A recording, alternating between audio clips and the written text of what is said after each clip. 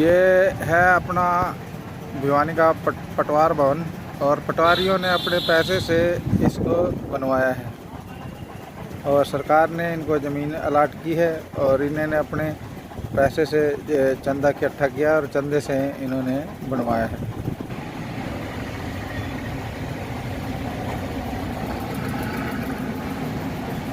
ये इसका शिलान्यास है और 3 नवंबर 2010 को इसका पत्थर रखा था माननीय श्री रमेश कुमार वर्मा IAS और रोहतास शर्मा प्रधान, कुलदीप सिंह प्रधान, जिला पटवार एवं कानून एसोसिएशन भिवानी।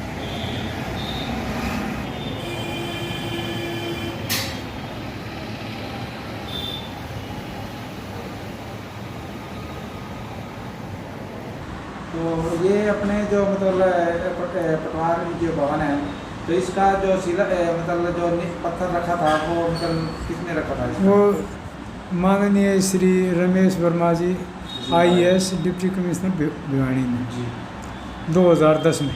2010 में। हाँ जी, नमस्कार जी। नमस्कार। हाँ, पहले तो अपना नाम बता दो। रोहतास शर्मा, रोहतास शर्मा जी, रिटायर कानून गो, जिला भिवानी। जी ठीक है जी।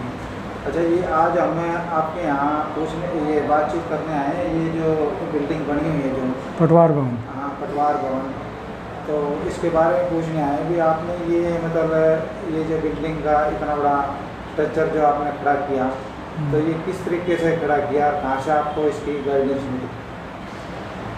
इससे पहले तो मैं आपको बताना चाहूँगा कि हमारी आम सभा की मीटिंग हुई जी काफ़ी अर्सा से, हमें लगभग 2000 से पहले ही जी ये चले आ रहे थे कि भाई कोई न कोई अपना एक स्थायी भवन हो जिसमें संगठन की कोई बात रखनी हो, कोई मीटिंग करनी हो जी या कोई बड़ा फंक्शन करना हो संगठन का, जी जो आपस में बैठ के ने जिस टाइम में दादरी और भिवानी दोनों ही ज़िले एक थे। भिवानी ज़िला में ही दादरी मर्ज था उस वक्त। जी तो सारे पटवारियों ने इकट्ठा होकर आम सभा में ये फैसला लिया कि भी अपना कोई भवन होना चाहिए ऐसा।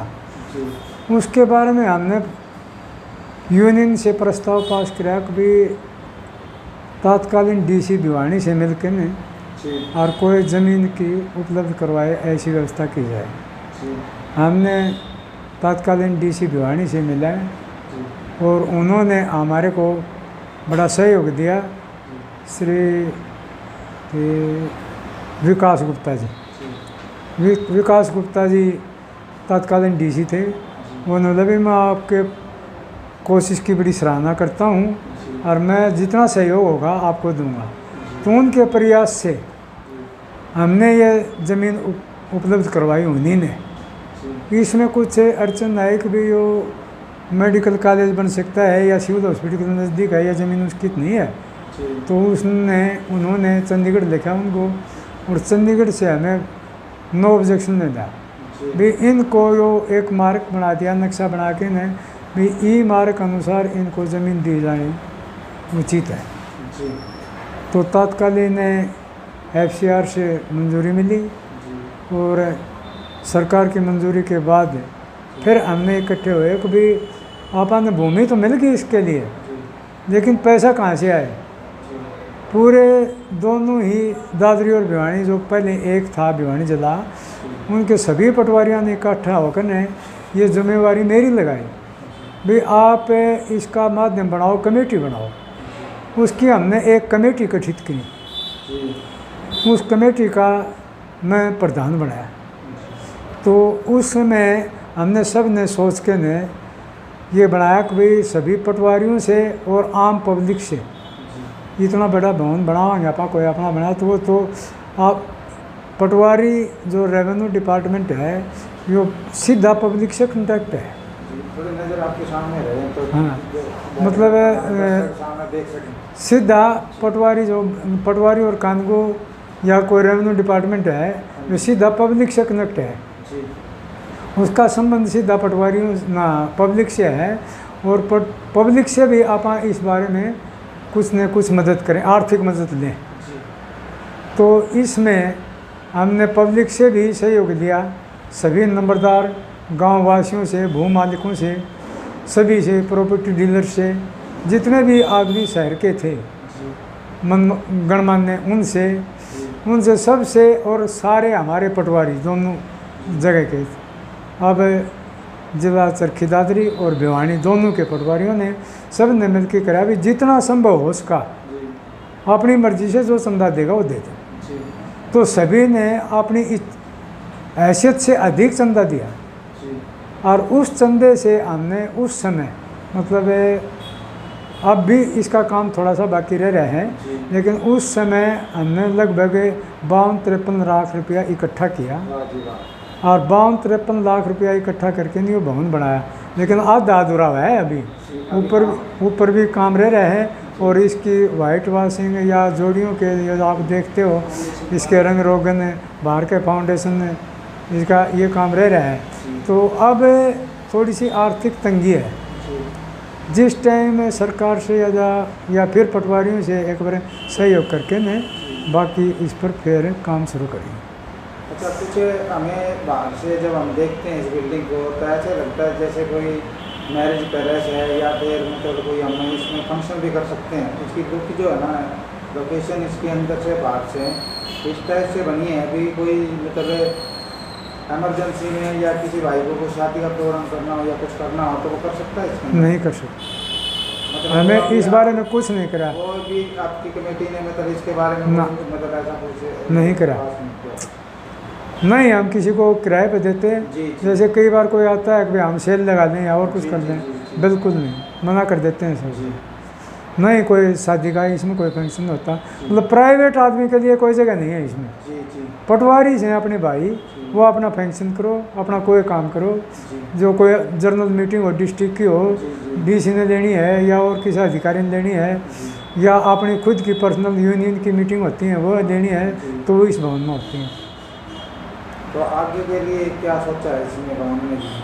आगे का कार्य क्या है, क्या होगा आगे? अब एक जर्नल मीटिंग बुलाएंगे जिला भिवानी के पटवारियों की, और उसमें जो अधूरा काम रह रहा है उसके आर्थिक कंडीशन थोड़ी सी पूरी हो जाएगी, उस पूरी करने के बाद थोड़ा पैसा आ जाएगा तो इस पर और लगा देंगे। अच्छा, अपने जो अब जो पटवारी हैं जो एक तो मतलब रिटायर हो चुके हैं और एक अभी कार्यकाल में हैं, और एक अभी मतलब थोड़े टाइम से सिलेक्शन हुए नए युवा जो पटवारी आए हैं, तो आप उनको क्या संदेश देना चाहोगे आगे भी काम करने की वजह से इस भवन के बारे में? भवन नहीं मतलब वैसे आपके मतलब जर्नल मेरा तो एक ही पटवारी जो पहले भी यही अनुरोध रहा है और अब भी यही है कि भाई जो काम करो, पब्लिक है, अपनी पब्लिक डीलिंग है, पब्लिक का आदमी कोई हमसे नाराज़ ना हो, किसी के चक्कर ना कटवाओ, कोई दुखी ना हो।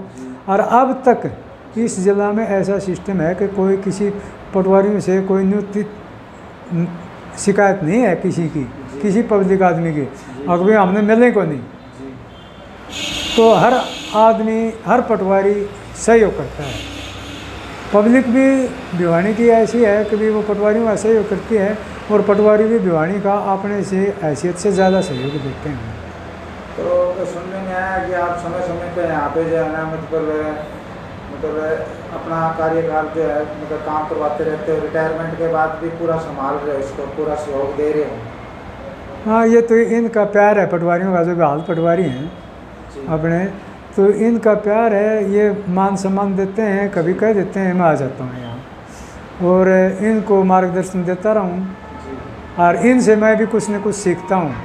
क्योंकि जीवन में आदमी कोई एक्सपर्ट नहीं होता, वो कुछ न कुछ सीखता है किसी से, तो चाहे छोटा होगा उससे भी सीखा जाएगा, नया है उससे भी सीखा जाएगा, पुराना है उसके भी सीखा है। अच्छा सर, आप मतलब आपकी फर्स्ट ज्वाइनिंग कब हुई थी, कौन सी साल में हुई थी? मेरी हुई थी 82 में। सन 82 में। आपने पहला स्टेशन कौन सा चुना था? मैं पहला स्टेशन मेरा था चकबंदी विभाग। ये कहाँ पर था?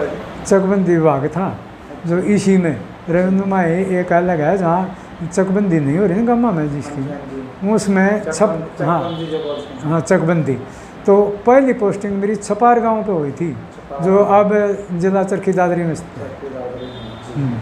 तो वहाँ हुई थी। उसके बाद लगभग मेरी अप्रैल में हुई थी अपॉइंटमेंट, 7 अप्रैल 1982 को। ट्रेनिंग में आया था मैं फरवरी 1982 में। फरवरी 1980 में मैंने ट्रेनिंग ज्वाइन करी थी रोहतक में। तो आपका मतलब कैसा अनुभव रहा आपने ये इतनी मतलब अपनी पूरी लाइफ में जो है मतलब ड्यूटी करते हुए और रिटायरमेंट के दौरान में मतलब कोई ऐसा कोई वाक्य हुआ हो या कोई आपका कोई अच्छा और अनुभव मतलब कोई आपके सामने आया हो तो वो हमें बताओ। मैंने तो हमेशा इस जीवन में पटवार में आया उसी से कुछ न कुछ सीखा। किसी पे मैंने ये शर्म महसूस नहीं करी अकबी यो तो छोटा है तो इससे क्यों बात करे, यो तो तेरे तो बड़ा है, यो केवल सलाह देगा कि नहीं देगा। मैं पटवारी से नहीं बल्कि हमारे पास कानगो सर्कल पर एक पहले सेवादार होया करता जिसने हम सेवादार कहते हैं, वैसे वो होता है पीएन। तो वो उससे लेके मैं डिप्टी कमिश्नर से कभी भी हिचकिचाहट नहीं करी कभी मैं इससे कुछ कहूँ या ना कहूँ। मेरा ऐसा नेचर रहा कभी मैं डीसी के पास भी जाता तो उसाए था जैसा सेवादार से मिला, और एसडीएम सीटीएम डीआरओ बाद में डीआरओ की पोस्ट क्रिएट होगी। डीआरओ ये हमारे महकमे के लिंक थे, इनके पास भी आम जाता ही रहता था। तो मैंने कोई हिचकिचाहट नहीं किया। अपने डीसी से मिला तो अपने परिवार के मुखिया की हैसियत से, मेरे उस अधिकारी से किसी से मिला तो उस अधिकारी की हैसियत से, पटवारी से मिला तो मेरे सहयोगी की हैसियत से, चाहे वो छोटा हो चाहे बड़ा हो उम्र में, चाहे वो अब लगा हो या 20 साल पहले लगा हो, सबसे मैं अपने भाईचारे के हिसाब से सबसे मिला और उनसे कुछ न कुछ सीखने का मिला और मैंने भी उसको कुछ न कुछ बताया। अच्छा एक ये बताओ आप रिटायर कौन से सन में हुए थे आप? मैं हुआ अप्रैल 2012 में। 2012 में यहीं से जी? यहीं से जी। और कुछ अपने मतलब जो अजीज आपके पटवारी हैं आपका स्टाफ है तो उनको कुछ और राय देना चाहते हो तो आपको? समय समय पर राय देता रहता हूँ। मान लो इनमें कोई रिकॉर्ड की बात हो तो वो भी राय लेते हैं, और इनमें कोई मान लो मुसीबत आ जाए किसी किस्म की भी कोई बात पूछनी हो तो मैं हमेशा इनको कह रखा है कि कोई भी हो रात में यदि 12-1 बजे भी किसी का टेलीफोन आएगा मेरे पास तो मेरे सिराना टेलीफोन रहे है, मैं उसको सलाह दूँगा। सर अब रिटायरमेंट के बाद आप यहाँ पे भी सेवा दे रहे हो और मतलब उसके बाद आप घर पे क्या काम करते हो उस टाइम में? घर पे कुछ नहीं, कोई थोड़ा बहुत खेती का कार्य संभाल लेते हैं, कोई देख है हो रहा है और खेती में स्वयं कर देता है। ऐसा जी आपसे बात करके बड़ी खुशी हुई है और आपका अनुभव भी बहुत बढ़िया रहा जी। ये तो आपका बड़पन है जी। और ठीक है। तो ये सेवाएं जो है मतलब आप अच्छी दे रहे हो, अच्छा गाइड कर रहे हो और अब भी ड्यूटी दे रहे हो, मतलब टाइम पे संभाल रहे हो। इनका लगाव है। रिटायरमेंट के बाद मैंने ऐसा देखा नहीं है, मतलब रिटायरमेंट के बाद तकरीबन मेरे को ऐसे लगे हैं जितने भी ऑफिस में ऑफिसर हैं या भी जो स्टाफ है वो शायद ही घर मुड़ के वापसी आए नहीं आए। देखो इनका प्रेम इतना है जी मेरे प्रति, भाई मैं एक दिन भी नहीं आऊँगा ने, आज अंकल जी नहीं आए या गुरुजी नहीं आए ना, लगभग दादा या बाबा कहते हैं आज नहीं आए क्या बात होगी, तो मुझे इनका प्रेम खींच लेता है। मैं अपने घर का काम या रिश्तेदारी का काम छोड़ के न इन खतरा अवश्य आऊँगा, चाहे किसी टाइम में लगा। आपसे लगाव हो गया इनको? लगाव हो गया रिटायरमेंट के बाद भी जो है ना, इतना लगाव हो गया मेरा इनसे। मैं परिवार के सदस्य एक मौके न्यू कर दूंगा, अभी मेरा तो काम को नहीं हो, लेकिन इनके पटवारियों के कानगो के या तहसीलदार नायब तहसीलदार मेरे डिपार्टमेंट के, अब भी मैं डिपार्टमेंट में रिटायर ज़रूर हो गया अब 12 में, लेकिन मैं ना तो ये मेरे को सोचते कि भाई ये रिटायर हो गया और ना ही मैं सोचता हूँ रिटायर हो गया। ऐसा भी ये अपने राजेश कुमार पटवारी जी हैं और इनसे हमें पता चला भाई ये जो बिल्डिंग किन्होंने किनके श्रेष्ठ से यहाँ पे इतनी बड़ी ये बिल्डिंग खड़ी हुई, तो इनसे अच्छा जी आप भी अपना कुछ बताओ इनके बारे में कुछ। देखो जी मैं तो जब से आया हूँ मेरे पिता जी है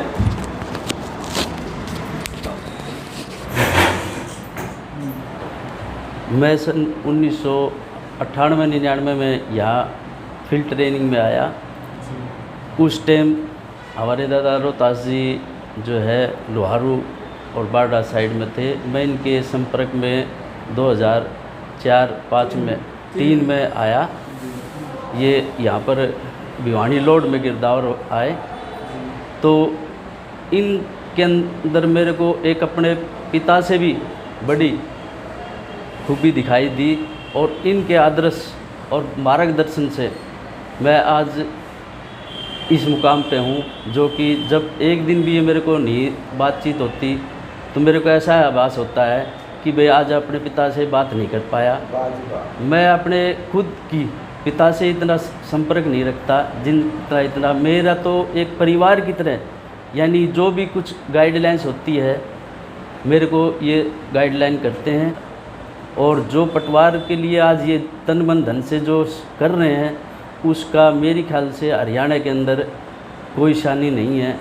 जितना ये पटियार नए बैच आए हैं इनको सबको सहयोग करते ही हैं, भाई पब्लिक का अच्छी तरह काम करो, ईमानदारी से काम करो। इनके मार्गदर्शन में भिवानी ज़िले के पटवारी, भिवानी तहसील के किसी से भी कोई रिश्वत या किसी प्रकार का, कोई आमजन गरीब आदमी है तो उसकी सरकारी फ़ीस भी खुद अदा करने की वो रखते हैं। और इनके मार्गदर्शन महीने में 20 दिन में एक मीटिंग करते हैं इसी पटवार भवन के अंदर, जो कि इनके मार्गदर्शन में होती है। आज भी हम इनको अपना यूनियन का प्रधान मानते हैं। बड़े से बड़ा हमारा अफसर भी आज इनको नमन करता है और इनका पटवार के प्रति इतना लगाव और प्रेम है कि बेशुमार।